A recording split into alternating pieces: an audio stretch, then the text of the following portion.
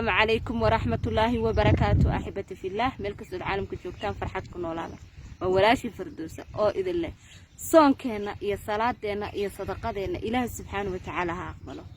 قفتينا يا قير دينا إله سبحانه وتعالى ما كل ميو خاتمنا خير إله سبحانه وتعالى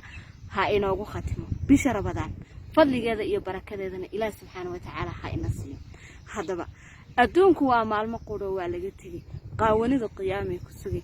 قاعدة قبرية حجابك وحلا هلا قبلها يراثا إن حجابك مرضنا هدي أن كتبه wax macno ay sameynaysa ma jirto iigu soo dira luuqa ama igula hadla oo mar kasta dhagahayga ku soo rida waxa aan leeyahay maradan hadii aad ka tagto waxaad beenisay aayad alle waxaanad beenisay hadalka rasuulka sallallahu alayhi wasallam hana u malayn dheel ilaah subhanahu wa ta'ala soo xabiibka la leeyahay haweenkaaga iyo gabdhahaaga iyo haweenka muuminaadka qaadan xijaab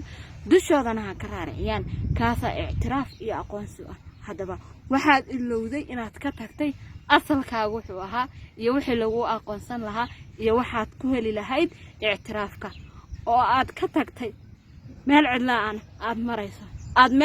marayso hadaba gabadhiya waxaad ogaataa inuu ilaahay subhanahu wa ta'ala kugu xisaabin doono maalinta yawmal qiyaamah jirkaaga qaawan iyo hadalkaaga iyo qoraalkaaga salaam alaykum